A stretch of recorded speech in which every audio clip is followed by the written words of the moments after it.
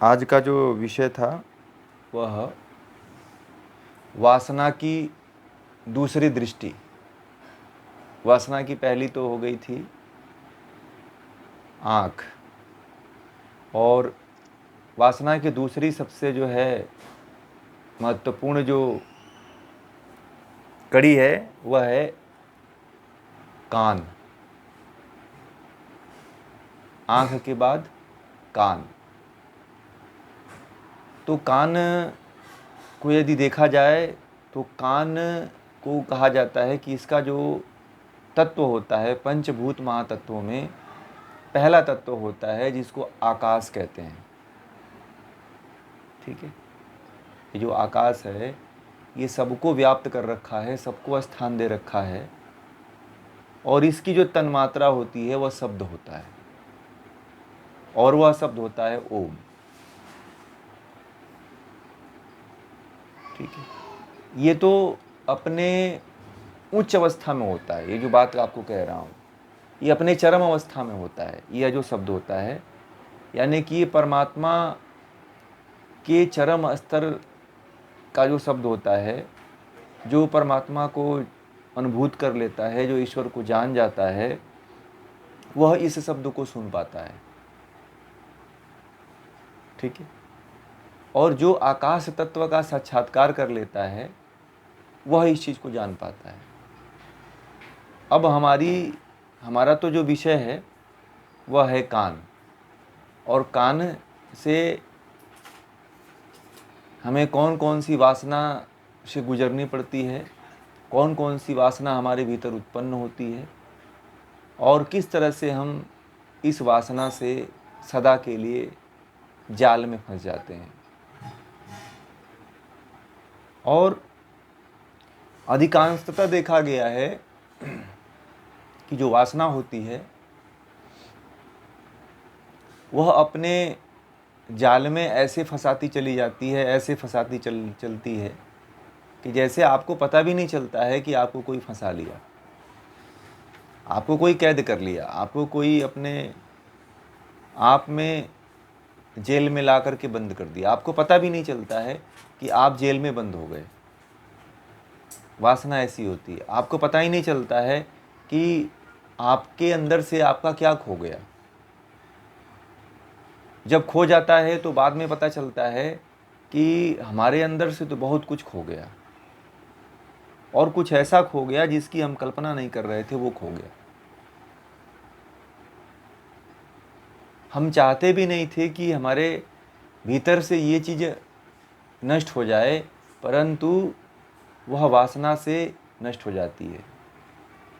तो कान को समझना है तो कान को सबसे पहले समझने के लिए उसकी जो तन्मात्रा है शब्द को समझना है।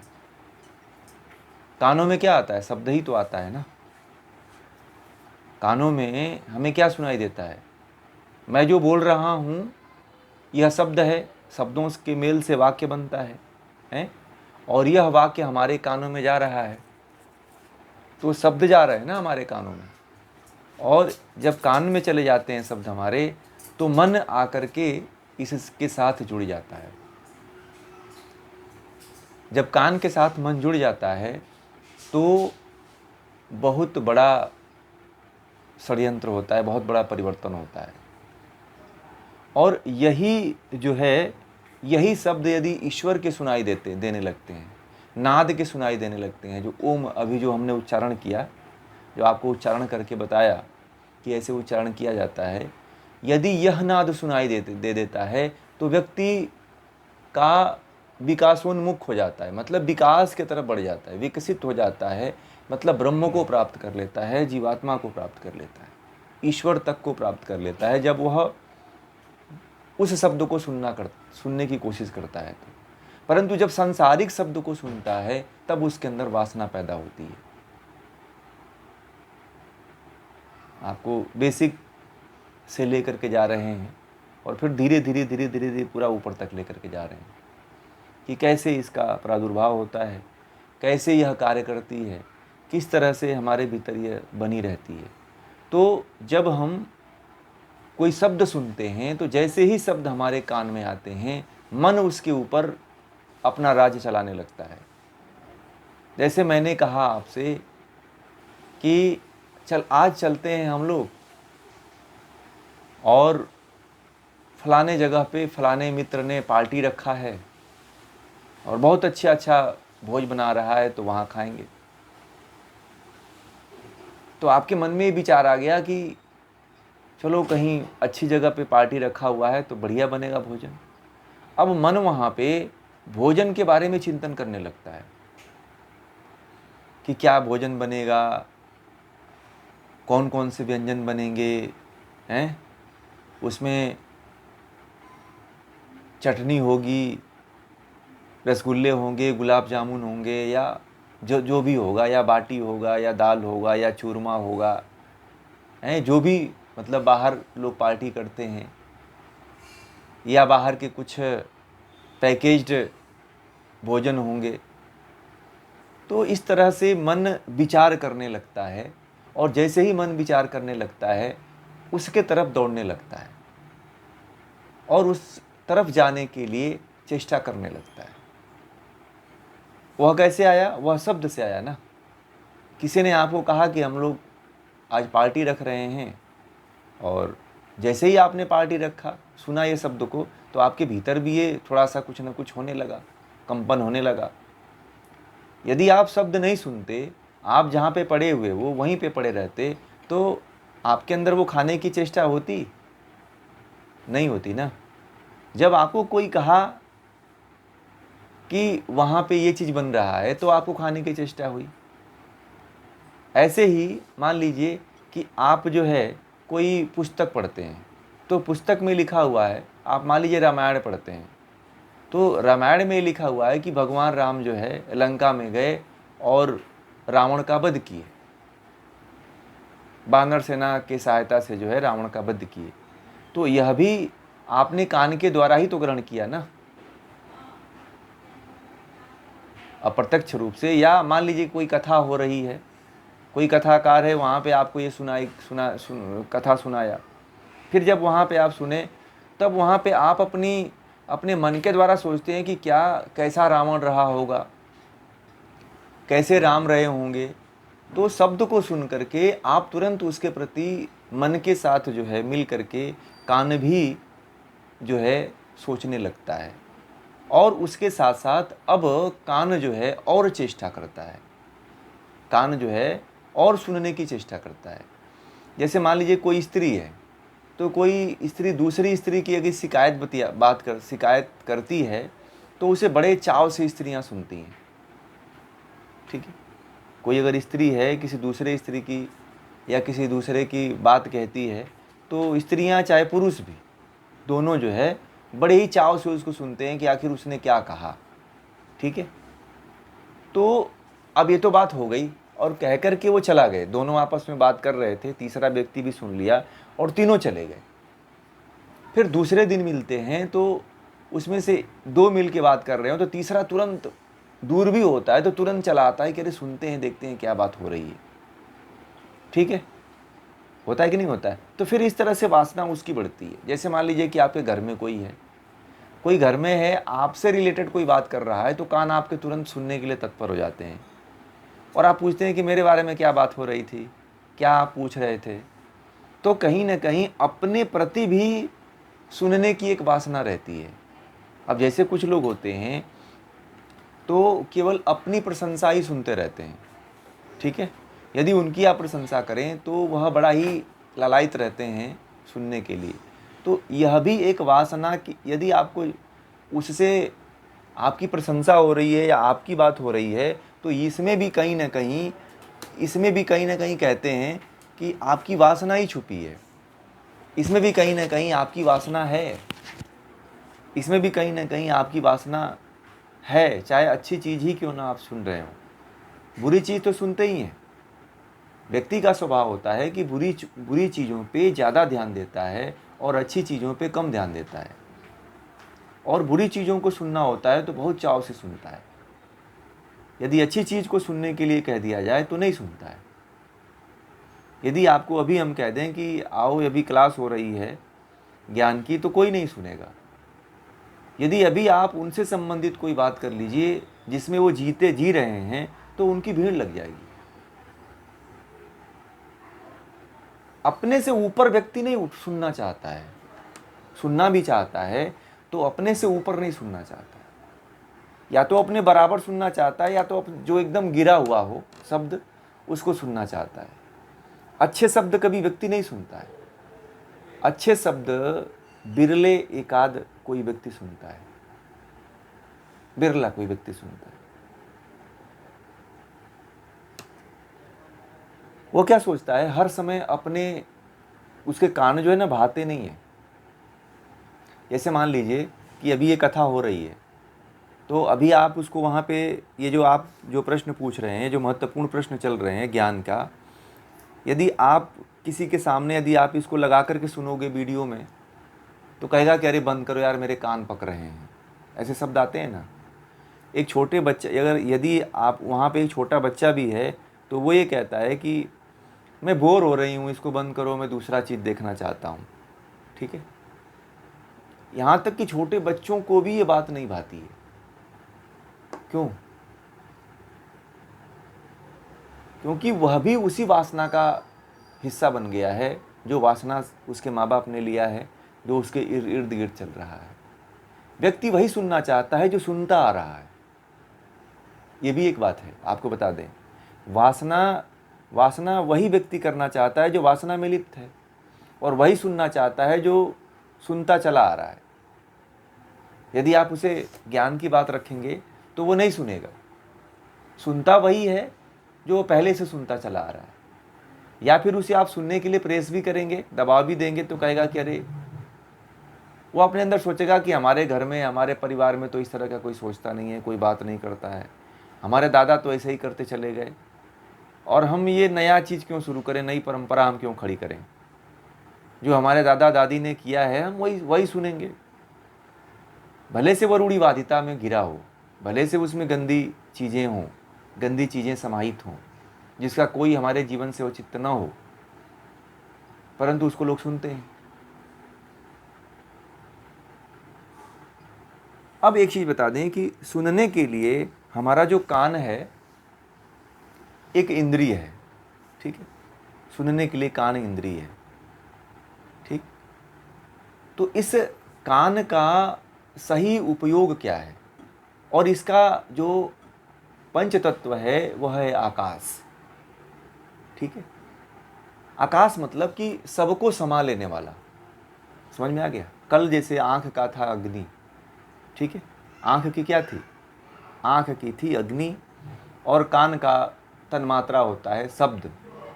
तो शब्द के माध्यम से आकाश तत्व सबको अपने अंदर समाहित कर लेता है। तो वासना कैसे उठती है, अब ये चीज़ समझने वाली है कि कहते हैं कि वासना को कम करने के लिए क्या करना चाहिए कि संसार में आप दिन सुबह से लेकर के शाम तक जितने भी शब्द सुनाई देते हैं, उन शब्दों में कुछ शब्दों को ही सुना करें जो आपके लिए हितकारी हो। ठीक, और बहुत से शब्द जो आते हैं उनको सुनने का प्रयास मत करिए, क्योंकि आकाश तक तो होता है वो खाली होता है। ठीक, और वह उन सभी आवाज़ों को, शब्दों को ग्रहण करता है जो आप बाहर से भीतर से आप उठाते हैं, उन सभी को सुनने का प्रयास करता है वो। और वह इतना स्टोरेज क्षमता होती है उसकी कि सबसे अधिक इंद्रियां जो यदि भ्रमित होती हैं तो शब्द से होती हैं। व्यक्ति ये नहीं समझता है कि सभी शब्दों को जीवन में नहीं सुनना चाहिए,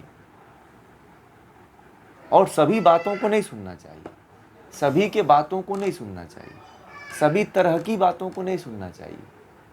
जो आपके जीवन को उन्नत कर सके, जो आपके जीवन को ईश्वर के मार्ग पे ले जा सके, जो आपके जीवन को कल्याण के मार्ग पे ले जा सके, वही शब्द सुनने चाहिए।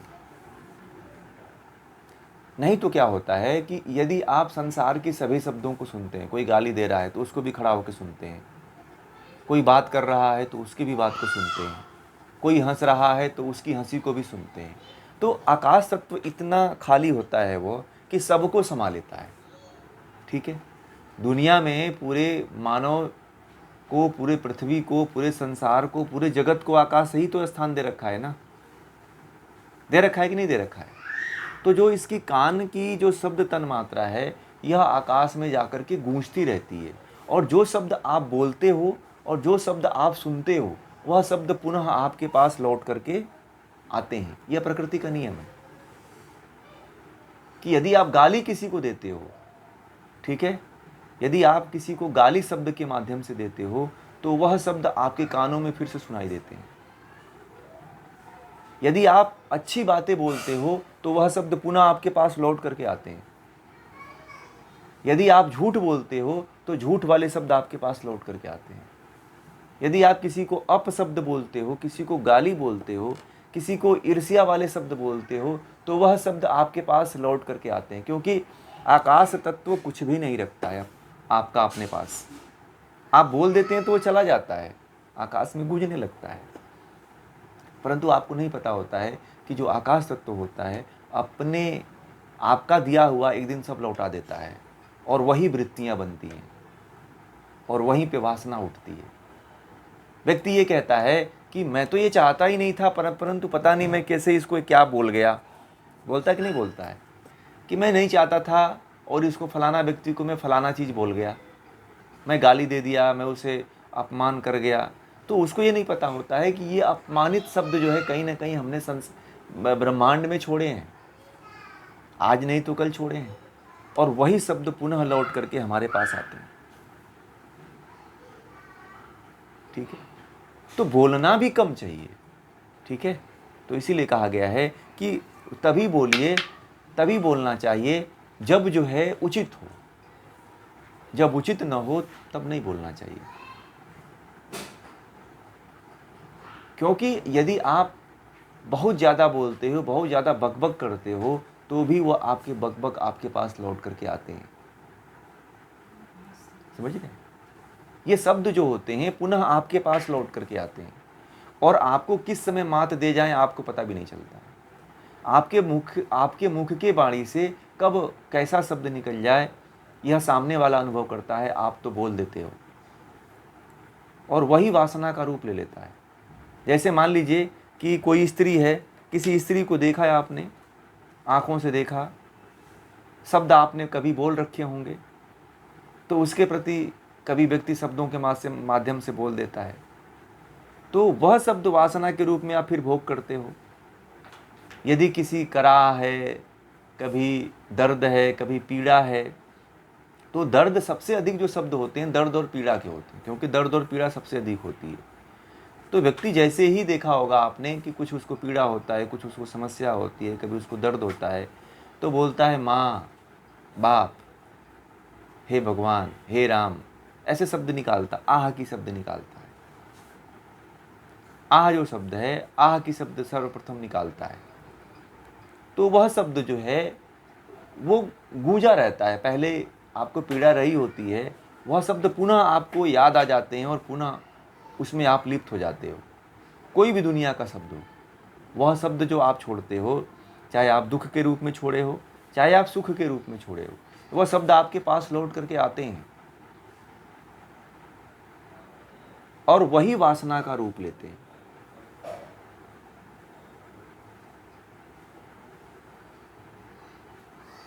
है ना? हम समझते हैं ना कि दुनिया में सभी चीज़ों को सुन लें, सब व्यक्तियों की बातों को मान लें, सभी व्यक्तियों को जानें,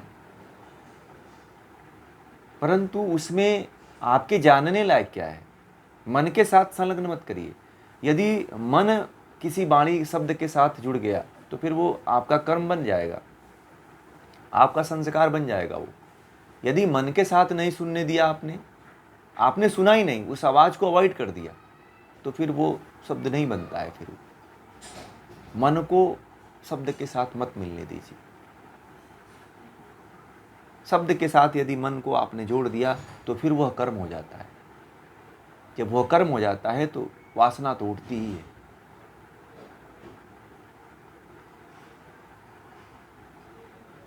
और इसीलिए जो है इसको कहा गया है कि कभी काम क्रीड़ा नहीं सुनना चाहिए। कोई काम, मतलब कि काम क्रीड़ा की कहानी बता रहा हो कि काम ऐसे करना चाहिए, किसी स्त्री कोई स्त्री पुरुष कह रहा हो, कोई पुरुष कह रहा हो कि मैंने स्त्री के साथ ऐसे संपर्क किया, तो इस तरह की बातों को नहीं सुनना चाहिए। हमारे ऋषियों ने अपने ग्रंथों में इस बात को कहा है कि इस तरह के शब्दों को नहीं सुनना चाहिए।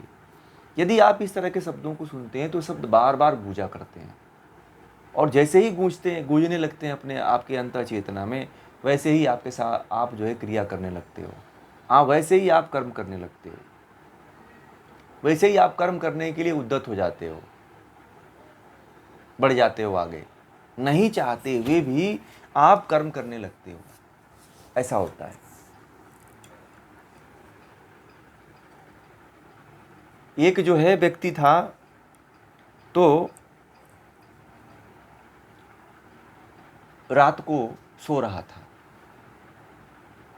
रात को सो रहा था तो उसने सोचा कि कुछ ऐसी ऐसी आवाज़ें निकाला जाए जिससे लोग मुझे जाने। ठीक है, थोड़ा था वह बनावटी किस्म का व्यक्ति, समझ रहे हैं ना, वो था कुछ बनावटी किस्म का आदमी।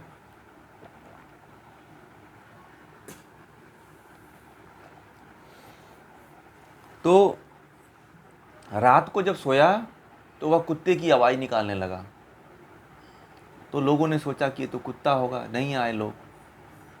तो उसने जो व्यक्ति बनावटी की तरह आवाज़ निकाल रहा था, तो उसने क्या किया कि उसने कुछ देर बाद जो है रोने की आवाज़ निकाला। वो भी औरतों के जैसे रोती हैं ना, औरतें जैसे रोती हैं, चिल्ला चिल्ला करके कोई मर जाता है, तो उस तरह से चिल्लाने लगा। अब गांव के जितने लोग थे सब इकट्ठा हो गए कि भाई इसको हो क्या गया, और इसके घर में स्त्री कहाँ से आ गई। ठीक है भाई, ये तो पुरुष है और अकेले रहता है, और इसके घर में स्त्री कहाँ से आ गई। तो सब लोगों ने जाके देखा तो ये तो यही था, बिस्तर पे सोया हुआ था, चद्दर ताना हुआ था। और जब लोग गए तो उठ के बैठ गया। तो लोगों ने पूछा, अरे भाई हुआ तुझे क्या है। ठीक है, तो बोला कि मैं रोने का प्रैक्टिस कर रहा था कि महिलाएं कैसे रोती हैं। तो लोगों ने कहा कि अरे भाई आधी रात हो गई है और तू इस रात को, आधी रात को तू प्रैक्टिस कर रहा है। तो उसने कहा कि मुझे नींद नहीं आ रही थी, इसलिए मैं रात को सोचा कि प्रैक्टिस कर लूँ। तो वह आदमी जो है सोचा कि चलो कम से कम हमें देखने तो लोग आ गए। ठीक है, अब क्या हुआ कि वह व्यक्ति धीरे धीरे धीरे धीरे इस तरह से जो है कई तरह की जानवरों की आवाज़ निकालने लगा। तो क्या हुआ कि अकेले रहता था अपने घर में वह, तो एक शेर आया और उसको उठा करके लेके चला गया रात को, क्योंकि आवाज़ करता था। शांत रहे तो लोगों को पता भी, जानवरों को भी नहीं पता चलता है। तो वह कुछ ना कुछ आवाज़ निकालता रहता था, कभी शेर का, तो कभी भालू का, तो कभी हिरन का, तो कभी बिल्ली का। तो शेर ने समझा कि बिल्ली इसमें है, तो शेर उसे उठाया और उठा ले गया, उसे घिसते हुए टांग पकड़ा और उसका उठा के लेके चला गया। तो जब लेके गया, तो लेके जा रहा था, तो वहाँ पे जो है एक ऋषि का आश्रम था। तो ऋषि के आश्रम में ऋषि लोग जो है सब विद्या जानते थे। तो उन्होंने धनुष बाण आदि के द्वारा जो है उसको मार करके शेर को भगाया और उसको बचा लिया, उस आदमी को जो आवाज़ निकालता था। फिर उसे आश्रम में लेके दवा किए, उसको चिकित्सा आदि, आयुर्वेदिक पत्तियाँ आदि, जड़ी बूटियाँ, औषधियाँ दिया उसको उन्होंने, और वह व्यक्ति ठीक हो गया और आश्रम की सेवा में करने लगा। तो ऋषियों ने कहा कि तुम क्या करोगे। तो बोला कि मेरा तो कोई है नहीं, मुझे अपने आश्रम में रख लीजिए, मुझे भी ज्ञान दीजिए। तो धीरे धीरे वह व्यक्ति आश्रम में रहने लगा, और आश्रम में रहते रहते वह ज्ञान प्राप्त करने लगा और उसे ज्ञान प्राप्त हो गया। ठीक है, परंतु क्या होता था कि जब वासना में जाता था वह, तो साधना के स्तर में जा कर के वह कभी स्त्री की तरह, कभी पुरुष की तरह रोता था। तो अपने गुरु से पूछा कि गुरुजी हमारे साथ ऐसा क्यों हो रहा है कि जब मैं साधना करता हूँ तो मैं ऐसे चिल्लाने क्यों लगता हूँ, मैं ऐसे रोने क्यों लगता हूँ। तो उसे गुरुजी ने कहा कि तुमने ऐसे शब्द छोड़े होंगे, तुमने आकाश में ऐसे शब्द छोड़े होंगे, अनायास ही कर्म किए होगे तुम, याद करो कुछ किए थे तुम ऐसे शब्द जो तुम आवाज़ निकालते हो ध्यान करते हुए। तो बोला कि हाँ गुरुजी, एक तो मैं कर्म करता था और इसी कारण मुझे शेर ने पकड़ा भी। तो उसने बताया कि मैं औरतों की आवाज़ निकालता था, बकरियों की आवाज़ निकलता था, भालुओं की आवाज़ निकलता था। इसीलिए वह शब्द मैं साधना करता हूँ तब भी निकलते हैं, मैं सोता हूँ रात में तब भी निकलते हैं। तो उसे गुरु जी ने कहा कि जो तुमने संस्कार बनाया है इसको नष्ट करना पड़ेगा।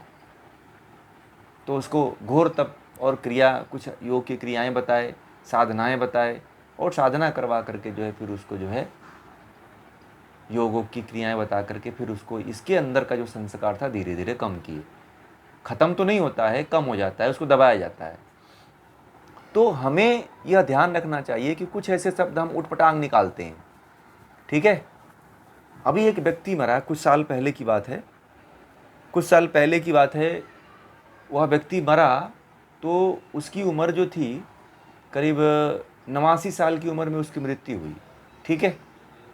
तो वह बचपन में कहते थे कि वह बचपन में जिस तरह के शब्द निकालता था ना, तो मरते समय वही शब्द वो निकाला, ठीक है। जैसे बचपन में कहते थे उस आदमी के अंदर, उसका नाम जो है बल्लू नाम था। जो व्यक्ति मरा, गांव की घटना है, तो जब व्यक्ति मरा तो उसका नाम बल्लू था। तो बल्लू नाम उसका इसलिए पड़ गया था कि बल्लू बल्लू बल्लू बल्लू बल्लू बल्लू, वह मतलब कि बचपन में लगातार बोलता ही रहता था। तो जब मरने की स्थिति जब उसकी आई ना, तो मरने के समय में वह जो है लगातार जो है 2-3 दिन तक जो है बल्लू बल्लू बल्लू बोलता था, उसकी आवाज़ चली गई थी और 2-3 दिन तक बल्लू बल्लू ही बोलता रहा। तो उसके कोई गांव का व्यक्ति उससे भी कोई पुराना था, तो उसने कहा कि भैया ऐसा है कि यह बचपन में ऐसे ही किया करता था, इसी प्रकार की आवाज़ निकाला करता था, इसीलिए जो है मरते समय यह आज भी वही आवाज़ निकाल रहा है। तो वासनाएं क्या होती हैं? शब्द की जो वासना होती है, पुनः आकाश उसको वापस कर देता है आपको, ठीक है। जो शब्द की वासना होती है वो पुनः वापस हो जाती है और फिर ना लौट आती है, वो फिर आपको वो सुनाई देती है वो। तो व्यक्ति कभी भयभीत हो जाता है, कभी डर जाता है। तो कभी देखिए डरावने भी शब्द सुनाई देते हैं, कभी व्यक्ति अंधेरे से डर जाता है, कभी व्यक्ति जो है तेज आवाज़ से डर जाता है, कभी विसिल बजती है तो उससे भी उसके कानों में समस्याएं आती हैं, ठीक है ना। बहुत तेज यदि किसी कोई ध्वनि होती है तो भी कान उसको सुन नहीं पाते हैं। तो ये वासनाएं भी कई तरह की हैं। कान की वासनाएं सकारात्मक और नकारात्मक दोनों तरह की होती हैं। और एक चीज़ और बता दूं आपको, अब हम चलते हैं थोड़ा इसके पुरातन के तरफ और इसके उपाय के तरफ। तो कान का जो हमारे यहाँ जो कान जो इंद्रिय है, इसके लिए जो हमारे संस्कृति में जो है 16 संस्कारों में एक संस्कार किया जाता था इसको बस में करने के लिए, ठीक है। जैसे मैंने कल बताया रिलेशन के रूप में, दृष्टि कैसा होना चाहिए, रिलेशन के रूप में। उसी प्रकार जो है कान को जो है उन्होंने सही रखने के लिए जो है उन्होंने एक संस्कार रखा था, कर्णवेद संस्कार। कर्णवेद संस्कार का मतलब कि कान दोनों जो है, व्यक्ति जब बड़ा होता था तो व्यक्ति का कान जो है छिदवाया जाता था, ठीक है। और कान छिदवा देने से जो है व्यक्ति के अंदर कोई रोग नहीं आते थे, व्याधि नहीं आती थी। और दूसरा इसका वैज्ञानिक कारण ये होता था कि कान को छेद देने से जो है कान के जो नकारात्मक सुनने की जो प्रवृत्ति होती थी वो कम हो जाती थी। इसीलिए प्राचीन समय में पहले स्त्री पुरुष दोनों कुंडल धारण किया करते थे। समझ में आ गया? कानों में स्त्री पुरुष, इसीलिए ये वैज्ञानिकता है कि हमारे देश में ये वैज्ञानिकता खत्म हो गई और जो ऋषियों के द्वारा बनाया हुआ ये जो संस्कार था वो नष्ट हो गया। 16 संस्कारों में एक संस्कार है ये कर्णवेद संस्कार। गर्भाधान से लेकर के अंत्येष्टि तक 16 संस्कार होते हैं, ठीक है। तो 16 संस्कार होते थे गर्भाधान से लेकर के अंत्येष्टि तक। उसमें कर्णवेद एक प्रमुख संस्कार हुआ करता था जिसमें कान छिदवाया जाता था, ठीक है। तो कान छेद करके उसके अंदर कुछ ना कुछ डाला जाता था, कुंडल या सोने का, हीरे का या कुछ भी डाला जाता था। अब सोना चांदी इसलिए पहना जाता था कि यह हमारी जो इंद्रियां हैं इसको कंट्रोल करके रखते थे। ठीक है। स्त्रियों का भी कर्णवेद होता था, पुरुषों का भी होता था।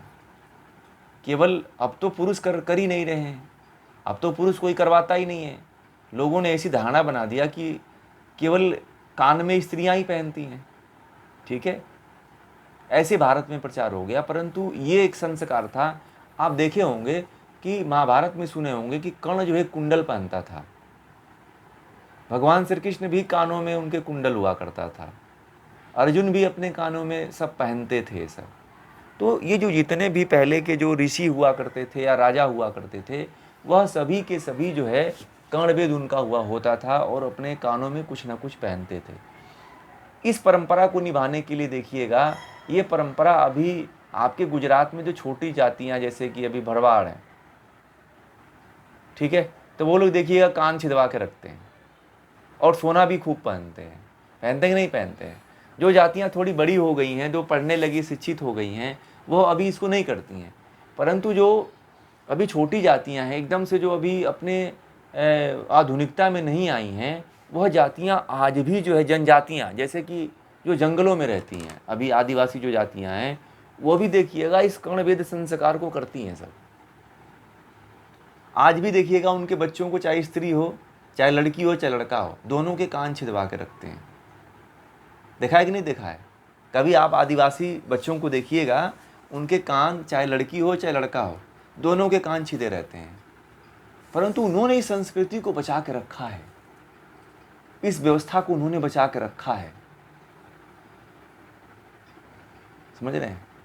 ये बहुत बड़ी वैज्ञानिकता है इंद्रियों को बस में करने के लिए। परंतु आज इसको खत्म किया जा रहा है। अंग्रेजों ने कुछ खत्म कर दिया, कुछ हमारे देश के पढ़े लिखे लोगों ने खत्म कर दिया, जिसको काले अंग्रेज कहते हैं। समझ रहे हैं ना? ये जो हमारी परंपरा थी इंद्रियों को कंट्रोल करने के लिए, वासना को कंट्रोल करने के लिए, वासना जो है, यदि कोई व्यक्ति कुंडल आदि धारण किया रहता था तो वासना उसके अंदर कम जगह करती थी। आजकल जितना व्यक्ति वासना में जो है रमा हुआ है, उतना पहले के लोग नहीं थे। पहले के लोग जो है केवल संतान उत्पत्ति के लिए ही संपर्क किया करते थे। आजकल के तो लोग दिन रात लगे रहते हैं। समझ रहे हैं ना? दिन रात उनको भोग चाहिए। बल्कि जो जानवर हैं, जो कुत्ते आदि हैं, जो भैंस आदि हैं, जो गाय आदि हैं, बल्कि ये इनसे अच्छे हैं। वह केवल संतान जब उत्पत्ति करना होता है तभी केवल जो है बच्चा उत्पन्न करते हैं, उसके बाद वो लोग नहीं करते हैं। परंतु इंसान तो करता है। इंसान को देखिएगा, इंसान करता है। इंसान इन भोग प्रवृत्तियों में बड़ा बिजी रहता है, बड़ा जो है लय लगा के रखता है। क्यों? क्योंकि वह उस तरह की कोई वैज्ञानिकता अपने पास रखा ही नहीं है। और बीमारी होने का सबसे बड़ा कारण है कि कर्णवेद कोई नहीं करवाता है। पता है, कर्णवेद जो है कोई न करवाने के कारण भी जो है बीमारियां ज़्यादा होती हैं। आजकल आपको पता है जितने भी विदेशी हैं, आजकल वो एक कान छिदवाना शुरू कर दिए हैं। देखा है आपने? जितने भी आप जाइएगा गोवा बीच उच पे कहीं देखिएगा, या बाहर से जो विदेशी आते हैं उनको भी देखिएगा, वह कांध छेद करके रखते हैं और उसमें छोटा सा एक ऐसे पहन करके रखते हैं, गोल्ड रिंग सा पहन के रखेंगे। परंतु हमारे देश के लोगों ने इस परंपरा को छोड़ दिया और कहते हैं कि इंद्रियां बस में नहीं होती है, वासना हमारे अंदर ज़्यादा उठती है, कोई दवा बता दो कि खा लें कि कम हो जाए। सब कुछ भारत के लोगों को दवा चाहिए इस समय।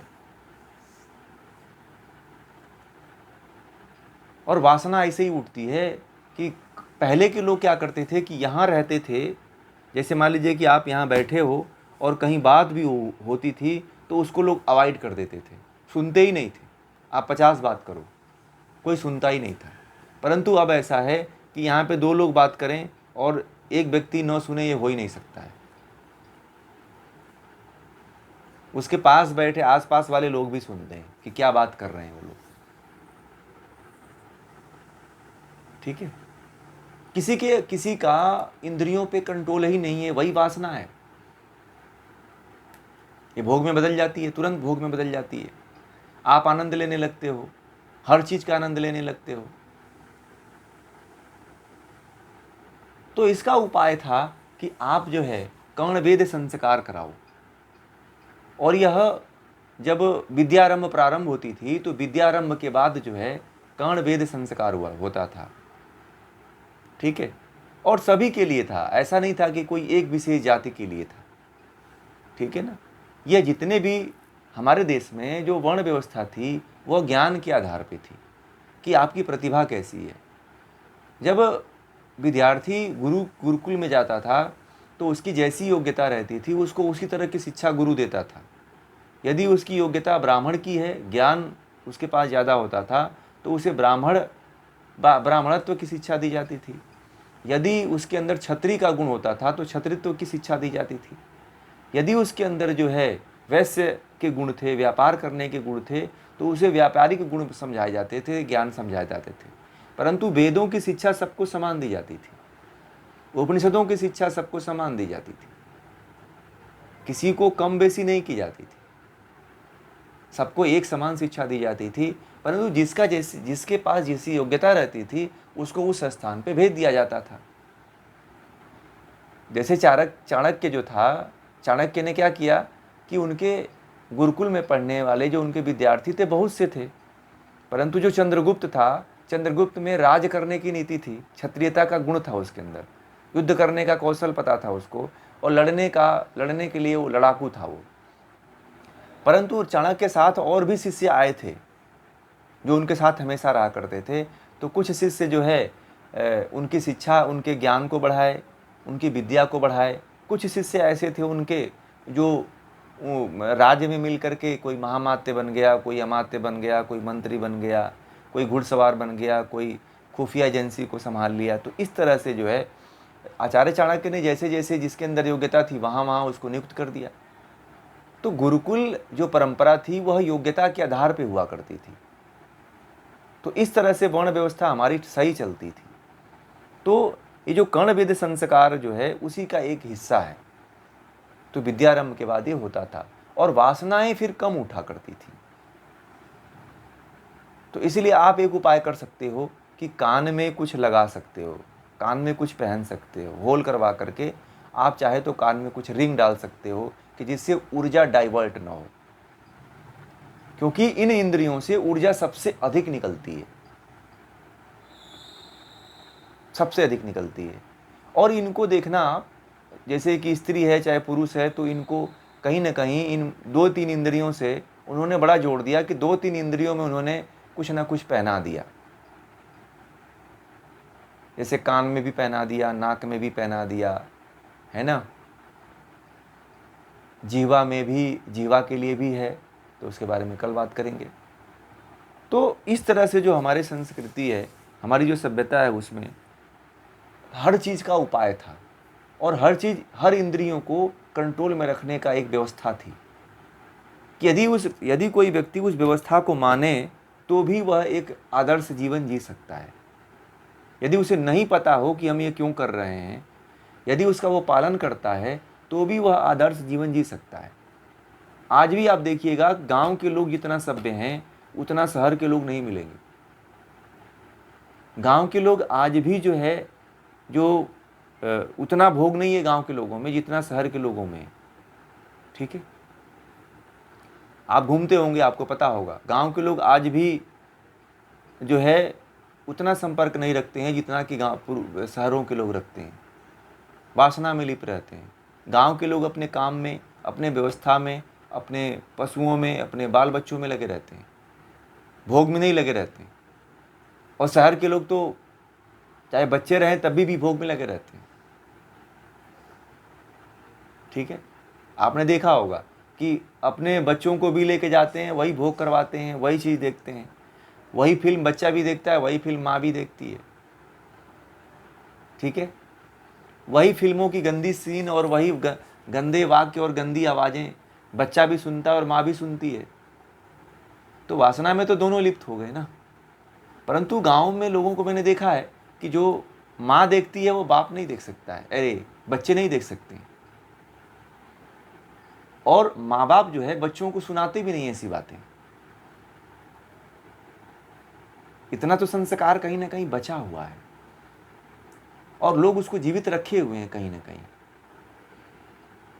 और इन्हीं संस्कारों को जीवित करने की बात है कि हमारा भारत पुनः से जो है आध्यात्मिक बन सके। और देखिएगा जितनी भी प्रतिभाएं निकलती हैं जो भारत को बचाती हैं, जो भारत को आगे लेकर के आती हैं, वो गांव से ही निकलती हैं।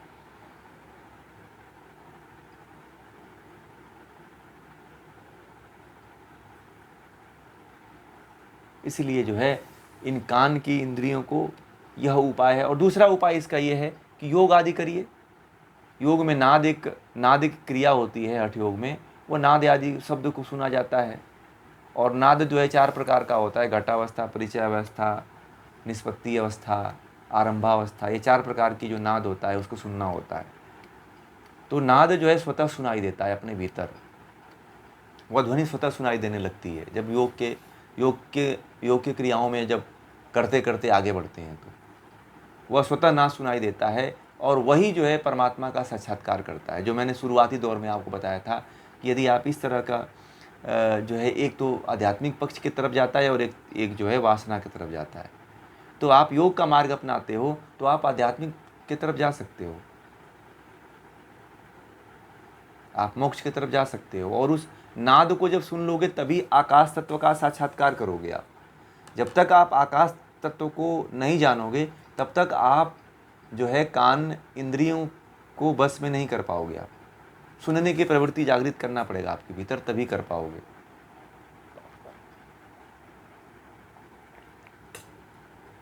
और इसके लिए साधना करनी पड़ेगी आपको। पहले तो उस क्रिया को जानना पड़ेगा और उस जान करके फिर उसका अभ्यास करना पड़ेगा। और अभ्यास करने के लिए लगना पड़ेगा, समय देना पड़ेगा। तो फिर आप जब इसको जान पाओगे, समझ पाओगे। ठीक है, तो ये विषय फिर यहीं पे आज